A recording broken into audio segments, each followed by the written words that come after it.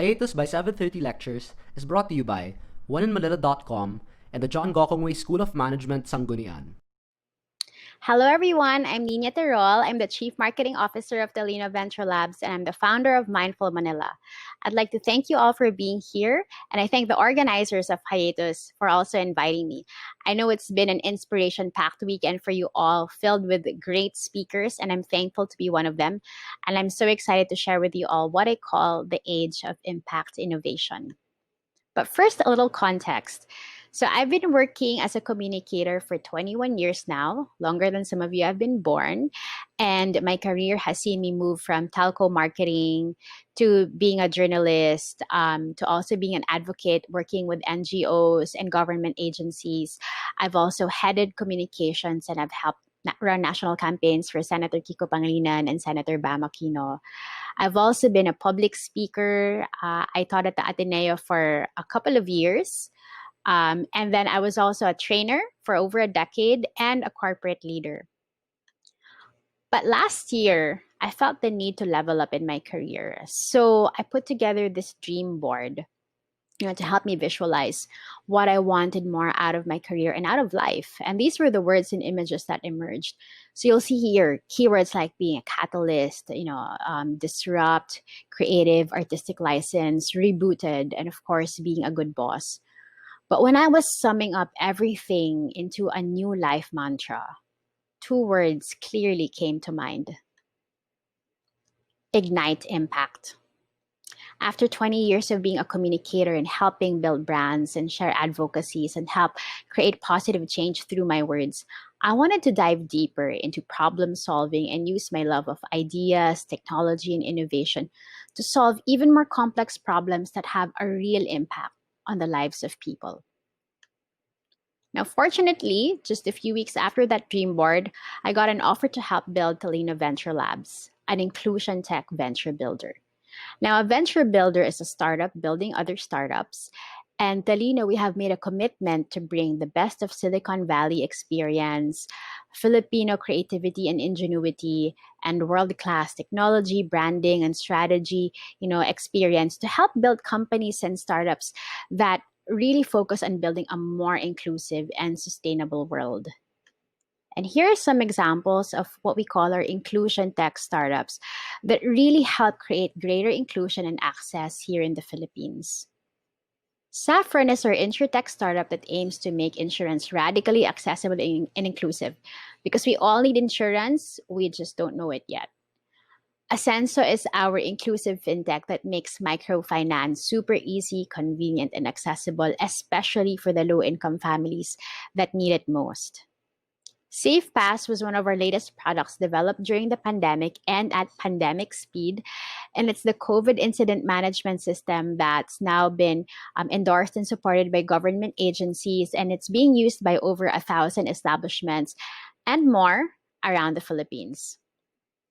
Onawa is our legal startup that combines the best of the legal world and technology to build artificial intelligence for ease of doing business, because we all know how difficult it is to do business in the Philippines.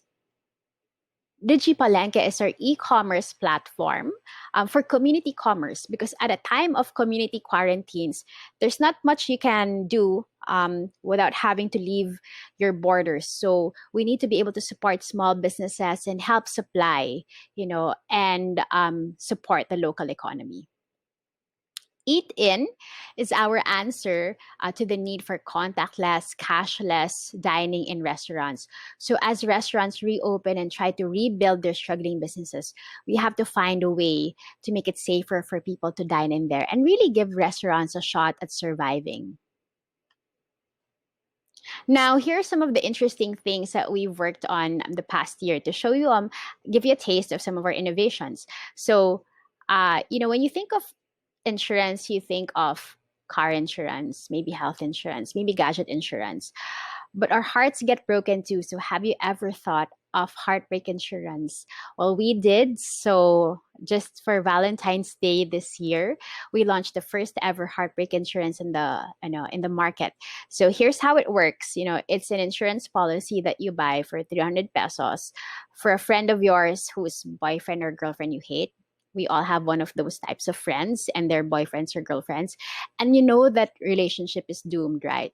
So you get the insurance product, and if and when the inevitable breakup happens and their next relationship anniversary is canceled, your friend gets a staycation because they need to wallow in a bit of luxury anyway. But this product was launched just before the pandemic, and we couldn't continue with the campaign anymore. So that's been on pause for the meantime. But it was a really fun campaign to launch and to get people excited over the idea of insurance. Now, next, I'd like you to meet Tita Susie. She's the Susie ng Ascenso.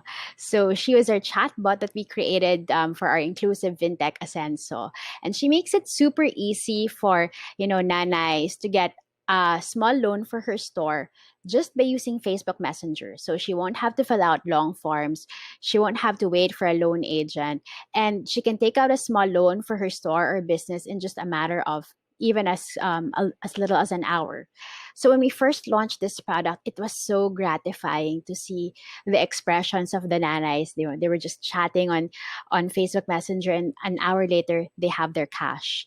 It sparked joy for them, and it sparked joy for me as well personally. Now, Safe Pass, now that we're on pandemic mode, right? So COVID is upon us and there is a need to make physical spaces safer. So Safe Pass makes it easier for anyone to secure a physical location, whether it's an office, a store, a shop, or even a church, a bus, or even your own home. So we're now working to slay the twin dragons of, a healthcare crisis and an economic crisis. And SafePass is our solution to show our fellow Filipinos that they have a solution they can trust for contact tracing, space management, incident management. And we encourage you to please check out safepass.asia. We have free versions available that people can use even in their own households or your parents' small businesses. Now, this next one is one of our geeky innovations, which I love and which we just launched a few days ago. So, everyone running a business knows how tedious it is to fill out forms, documents, invoices, even when you're registering or enlisting for school, right? And you need all sorts of contracts and documents just to keep your business running. But we also know that the world is now moving to the digital space, and we need to shift to more digitized and more efficient ways of doing business. So, Sign Secure by our legal tech startup Unawa is a newly launched product that helps companies digitize their forms and contracts, help collect digital signatures in ways that are easy, secure, and legally binding in the Philippines. If you use something like Google Forms, you're not exactly sure about data privacy. If you use other platforms, you're not exactly sure if they're legally binding in the Philippines. But this one is, and it's a first of its kind product that we launched. And we're super excited because we know we're really ushering in a digital way of doing business for the Philippines. And in the technology world, we feel this every day. We know that the digital economy is really now upon us. But now, even ordinary folks are seeing and feeling that COVID-19 is compelling all of us to go digital, from working and learning from home to making online transactions and bank transfers to virtual hangouts, Zoom parties. It now seems like every aspect of our lives have been made digital. And this is the new normal. There's no turning back from it. Every company will now have to think and act like a digital company and to think of the many ways to transition its processes and its people to accommodate these changes. So now this is what a new company or an existing company owner will have to think about, how to set up a company more digitally, how to hire the right people, making payroll and payments more digital, sales and marketing, customer fulfillment, how to manage your suppliers in a digital way, managing your people who are working from home and working remotely. You have to think about business sustainability and how to lead your people in a very uncertain environment while not physically being able to see them. So you really now have to consider, how do you make all of that or most of it digital? How will you ensure that your business survives all this? So these are key things that we know that entrepreneurs will have to think about now and moving forward. But I'd like to offer another view and invite us to think about something else. What about the people who cannot afford to go digital at home, in school, and at work?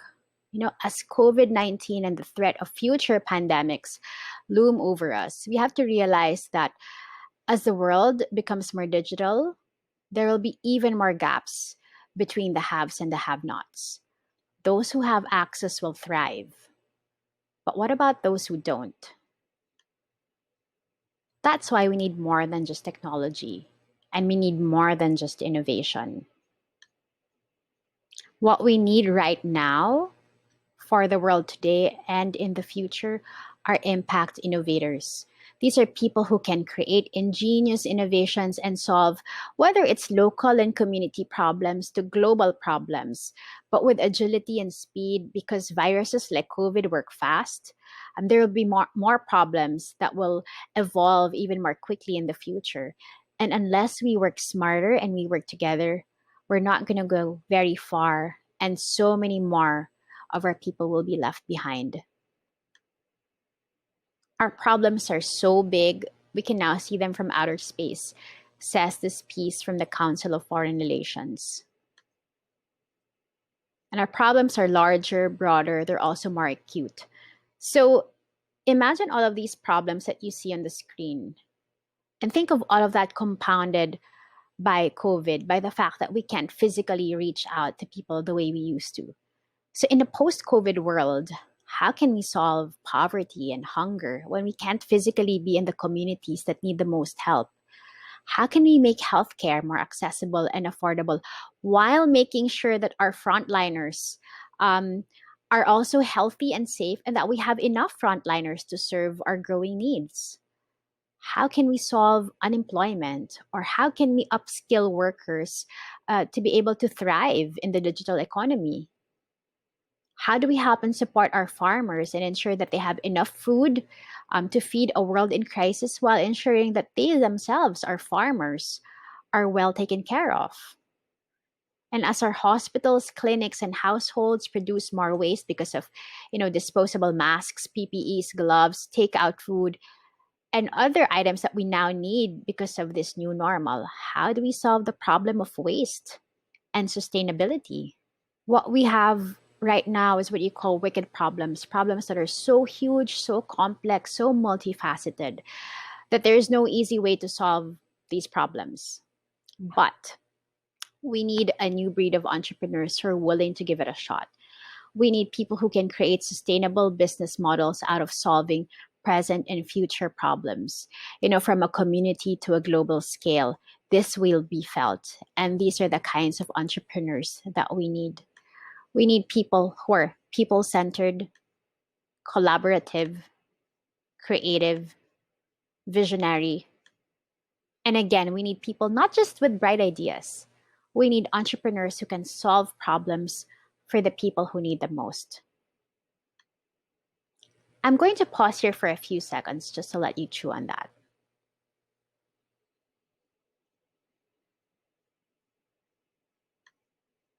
But also, aside from helping build companies in the rapid and dizzying world of technology, there's also another side of me that recognizes that we need to strike a balance between all the stress and pressure of this new normal and a world that has space for greater mindfulness, empathy, compassion, and kindness. So last year, I created Mindful Manila, an online community for mindful living in the metro. Mindful living um, is really something that we need right now in the chaos and the cacophony of the city, and now even more compounded by COVID 19.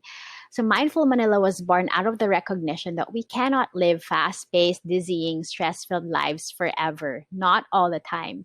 We are first and foremost human, and we need to strike the balance between productivity and empathy, and between deadlines and lifelines. Just before the lockdowns, I started the Mindful Manila live chat series. And we tackled everything from anxiety and mindfulness to more mindful living, mindful parenting and relationships, even stuff like the KonMari method and practicing green living at home during the lockdown. The website also became an avenue for me to write again, share important lessons, insights, and reflections from this whole crisis. But Mindful Manila is also now on a hiatus as we pause, reflect, and see how we can make mindful living and mental health even more relevant and even more useful as the lockdown gets longer, as we face a new normal. And, as companies, families need to strike that balance between being productive, making ends meet, surviving, and taking care of their mental health and taking care of each other. So I'd like to invite you all to check out our website, our Facebook and Instagram accounts, and let's connect to give ourselves a breather from all of this madness. And here's my parting challenge for you all. In this post COVID age, we need entrepreneurs and innovators who can strike that delicate balance between solving problems profitably and creating impact for a world in need. A new age is upon us, and would you help build a better, kinder, more impact driven world?